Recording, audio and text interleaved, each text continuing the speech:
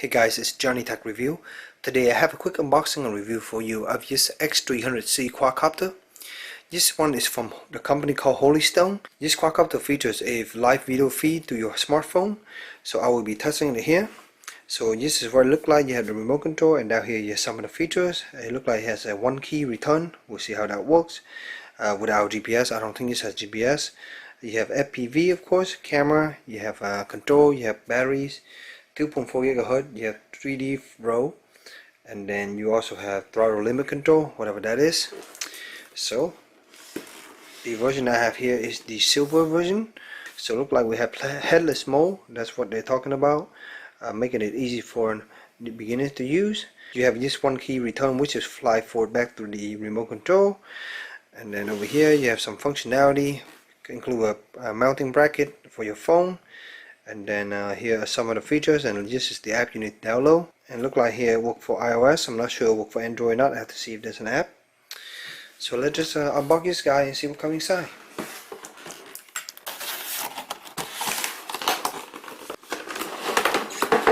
Instruction manual, big detail, good diagrams. So it comes with a pair of sport glass. So I guess when you look up in the sky, it won't blind you. It's like a pair of shade. Of course, you have here the remote control, and then here we have a backup accessory and batteries.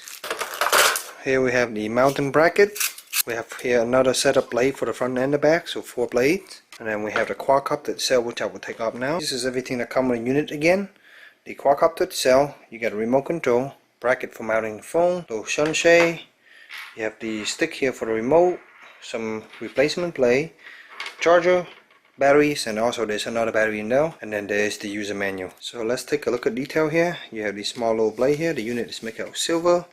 You got this blade guard here made out of plastic. The unit is pretty slim, as you can see. Look like here the antenna for the FPV, and inside there is the battery compartment. Quadcopter has these little rubber feet here. These are the base that we stand on, like that. So guys, I've been using this FPV quadcopter for the past 2 weeks or so, and so far I'm really pleased with the experience using this. So first of all, I do want to say that this is for real an FPV quadcopter. As you can see here, there's a front camera, and that's the camera you can see out of. And I'll show you some footage of it doing this video review. You can kind of see what kind of quality it has. And at the bottom here you have the little small antenna. This is for the Wi-Fi antenna that is used to connect the app to it. So first let's talk about the quadcopter itself. The quadcopter is actually really simple to fly. They have these very small blade, but they're pretty stable. It's a small light quadcopter, but this unit is very stable and very easy to use. Upon taking off, it's going to stay hover, and if there's a little bit of wind, it's going to move around a little bit. But if you have a small amount of wind, less than 2-3 miles per hour wind, it's going to be perfect, and it's very simple to fly. Yes. So this quadcopter comes with 2 batteries. I do want to say right off the bat that each of these batteries have about a 9 minute of runtime, a little bit over 9 minutes. I'm screwing around with it. When you plug it in and you're trying to connect to the app, it takes about 30 seconds, 40 seconds for the Wi-Fi to get ready, and then when you connect, you can use it. You're good for about 9 minutes of flight time for one of these batteries. The battery can be recharged using this little cable, and these take about 90 minutes to charge each of the batteries. So you have 2 of them, you can charge both of them at the same time. The extra blades is also good if you need to replace them. So far in my playtime with them, the blade guard does a really good job of guarding the blade from getting damaged. So if you hit trees and stuff with it, you are perfectly fine with it, and that's what happened to me. And so far I'm really pleased with it. Nothing has broke. So here's the user menu. There is plenty of information to show you how to use the device. You can see here there's the controller layout, and there's a few different settings you can set the controller in, and I'll get into that in a minute. There's functionality, 3D flipping mode, you have trimming, power switch, power indicator, etc., and then more information. The joystick can be in 4 different modes, so I'll get into that in a minute here. So there's the quadcopter again. You have this nice big motor at the bottom. The battery goes in right here. All you have to do is just connect the battery, and then there's a little space right here where you can hide the cable. And after that, you just have to power on the unit, and when you power it on, you will get a Wi-Fi signal after about 30-40 seconds. And so here's the remote. As you can see, there's the little holder here to hold your phone. So with my iPhone 5S here, I tested both with the 5S and the 6 Plus, and the 5S fit in there really well. The 6 Plus, I have a kind of like a thin case on it, and this clamp here is kind of crappy. It grip in that case pretty well, but I accidentally bumped it just a little bit, it fly right out. So on a 6 Plus, if you want to use it, you have to use the Bell phone or a really slim silicone case. If you have a thicker case than that, it's not going to work too well. So here's the controller. You have some setting. This here is to control your throttle. I think this help you in throttle. I didn't mess with that, I just leave it out alone. You have the power button here, and then these stick here actually come up and you just push them on, and I think right now, yep, these stick come up just like this, and then you can just push them on.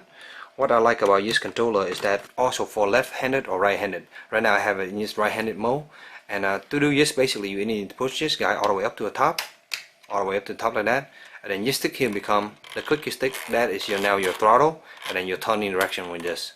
Okay, and if you want to use in the normal, typical position, which is throttle on this side, you just push it down, lock, and when you do that, both of them in that mode, and then now this become a throttle. It's kind of neat. There's a mechanical little switch underneath, and now just turn into that little clicky throttle. In practice, this works really well. I really like using this. It's very simple. You get very nice precision. You see it show you here stick mod 2, and in this mode here you can fly normally, and then you can also change the mod mode by pressing this little button here. That gives you a different mode. You can go from mode 2 and mode 4 in this one, and if you're in the other position, then you can be in mode 1 and mode 3, and basically they are the same. The only difference is that in mode 2, if you are going left and right in here, instead of turning left and right, it actually just roll left and roll right. And then you go to mode 4, that becomes your standard mode that's everyone use. So basically you go left, we'll go left, right, we'll go right, forward, backward, and then roll left, roll right. So pitch back and pitch forward. So the controller start up in this empty mode, and in this empty mode you are basically in the beginner mode, easy to use, good speed. Then you can press the next one, it takes you to this intermediate mode, and in this mode you are basically going a bit faster, and then you have the fast speed, which is the full speed. Depending on what kind of mod stick you're in. For example, I am in the mod 2. If you go to mod 4, for example, and you are pressing the second button here, in these different mod, the last mode here actually is a flip. So when you go into that mode, you can just use the stick, and that does the flip. So it just depends on what mode you're in. I believe in the mode 2, beginner, intermediate, and advanced gives you the different speed, and in the mode 4, the slow speed, fast speed, and then you have the flip. And that's what I was doing in the video, playing around with it. So the app you need to connect to is called the MJX C4005, and there's two versions, 4005, 4006. This one uses 4005. The lights are actually blinking to let you know that certain things are ready. So now it's waiting for the Wi-Fi signal. There you go, you got MJX. And you connect it, and with the app there's the camera. We'll go ahead and turn it that direction here. Let's show you. So right now the feed is pretty good. If it's right next to you, of course, it's gonna be a good feed. There's barely any delay at all, as you can see. However, in practice, when I'm actually playing with this, when it start flying away from you, you're gonna have small delay. To me, the best delay I have was roughly about a quarter of a second or less than half a second. So if you turn left, for example, let's say you push the stick to the left, you push it, and then you see the video feed here. So it's a little small delay. It's not like a fancy DJI Phantom where the feed is actually really good. This is a small delay on it. And when I'm flying about 200 or 300 feet out, the delay get worse and worse. And you can see from my video that you can record in here. You can press this button to start recording, and when it start recording, you can see that the delay, the video feed is coming back. There's a little bit of delay on it. This video feed here look like it's about 640 by 480. So that kind of give you an idea of the quality of this video. And you can see from my videos while I'm flying this thing that you notice that there is delay and jump, and you can see it jump around. So I will not rely this heavily to fly with this. Most of the fancy one with the GPS and stuff, you will rely on the screen to fly, especially when you're outside.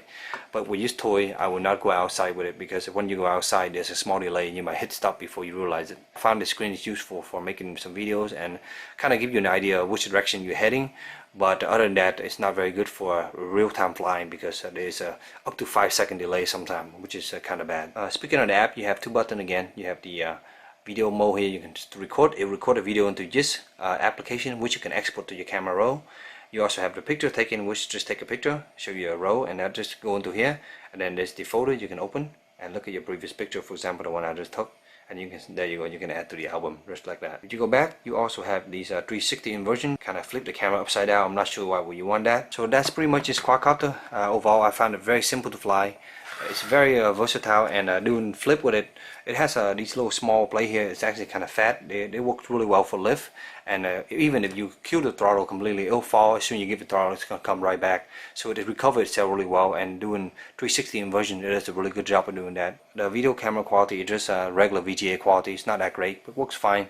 My only concern is that the Wi-Fi signal kind of cut in and out, and it's just there's a lot of delay and stutter. So up to 5 seconds in delay is some of the things I've seen, and in that area, it's not really good for using it as a full-time first-person view mode. So you definitely still want to see just in view. If you go out too far, you might not be able to bring it back home. So I hope you short little review help you in your purchase decision. If you have any questions, please let me know in the comment below, and as always, stay tuned for future review. Thank you.